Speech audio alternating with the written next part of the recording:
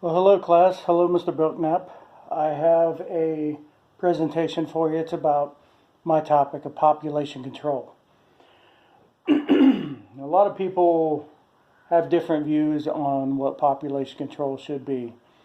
Some people say it's better to have less people. Some people, such as myself, look at the economic side of lower population control. I have for you a chart.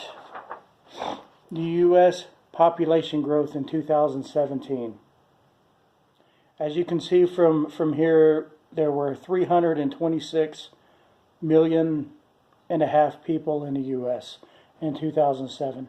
As you can see from here, is it started to grow as the ages over here gets older. You can start to see it's slowly tapering off, and then as it gets down here, it's starting to dwindle. Now, some people may look at that as a good thing, which in a way it is if you're considering the amount of finite resources that the United States has. The resources we have is definitely finite. Now, there is a different side to that, is if you look at how much it costs in modern times to extract natural resources from the earth, it's becoming more and more expensive. But people today have figured out that it's easier to recycle, which is becoming more and more. We're actually recycling more oil, we're recycling more metals, we're recycling more plastics, we're recycling more glass, we're recycling a lot of these other things. That's really putting a huge damper on the companies that are extracting natural resources, which doesn't bother me a bit. They can figure something else out. Maybe they can get into recycling. I think if we can leave our natural resources alone, we should. But what I'm going to do in this presentation is go over the two different sides of population control, cause and effects. One of the main sources I have is there are people who say that in order to save our planet, we need to reduce the population control. This is very true. But I don't think that's necessarily the case we need to be looking at. I think the lower population control can be a good thing, but I also think it can be a bad thing. And the reasons is population controls can put a major damper on economies. And I'll get into that here later on in a presentation. But let's get back to what people think we need lower population controls are.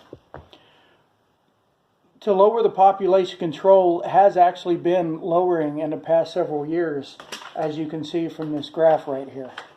Now, we're actually lowered in the later runs. Right about here is about 24 to 25 when it starts to lower. Now, part of the reason for that is in the late 90s and early 2000s, we actually did something fantastic.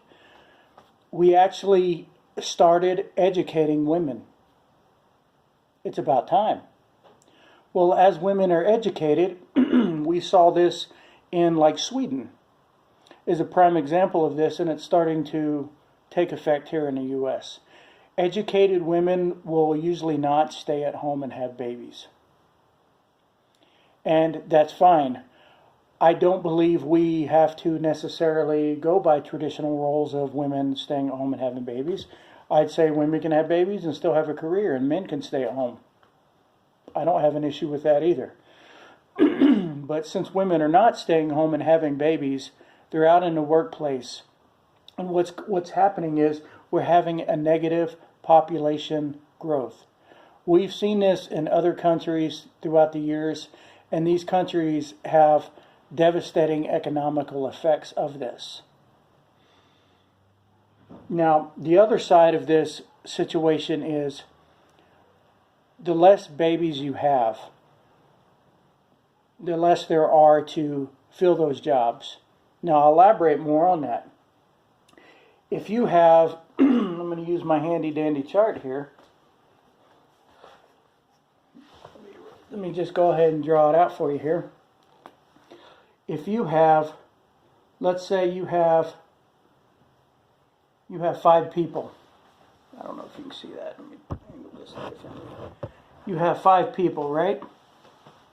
Well, those 5 people have, out of all those 5 people, there are 2 babies. Let's say those people reach the age of, let's say, 65, and they decide to retire.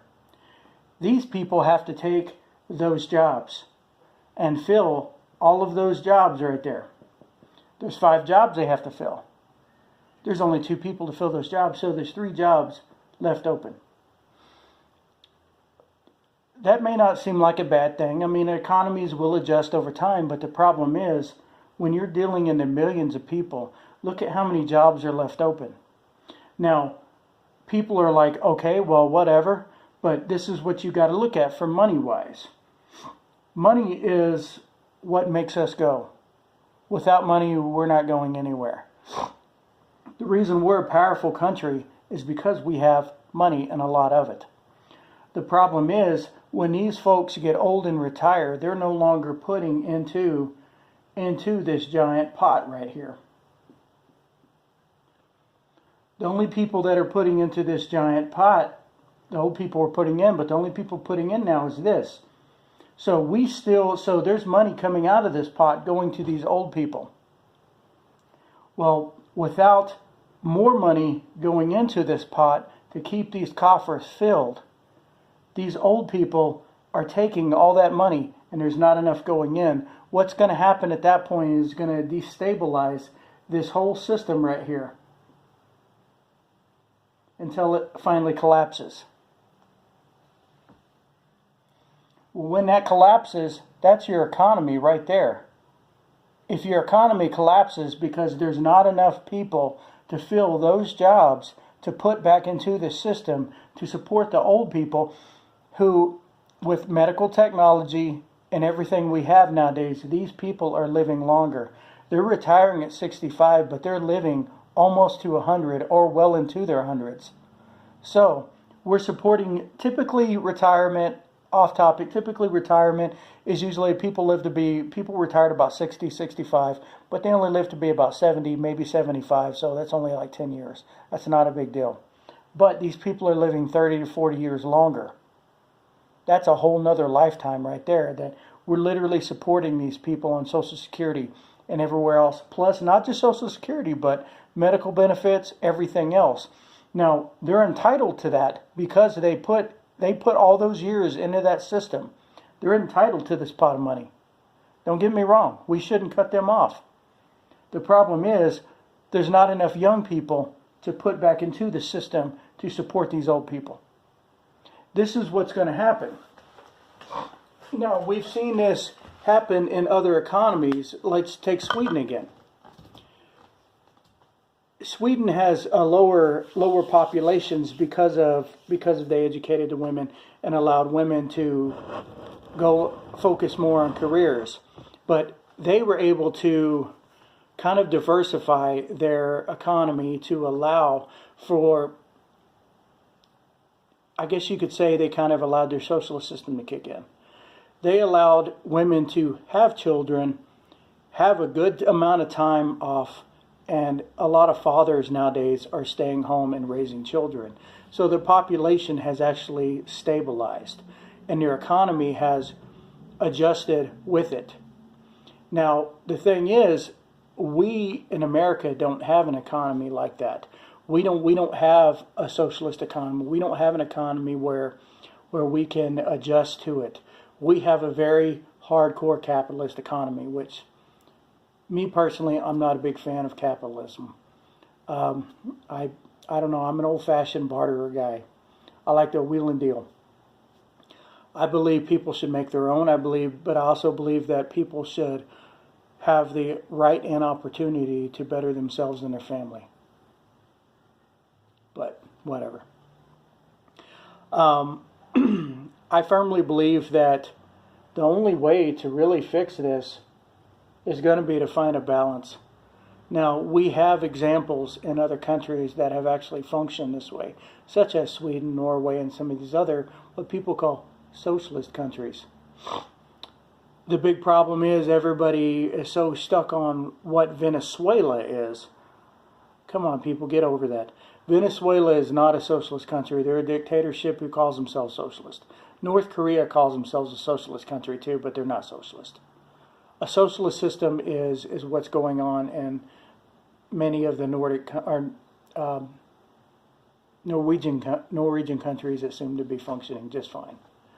Now, in America, like I said, we have a problem with negative population growth.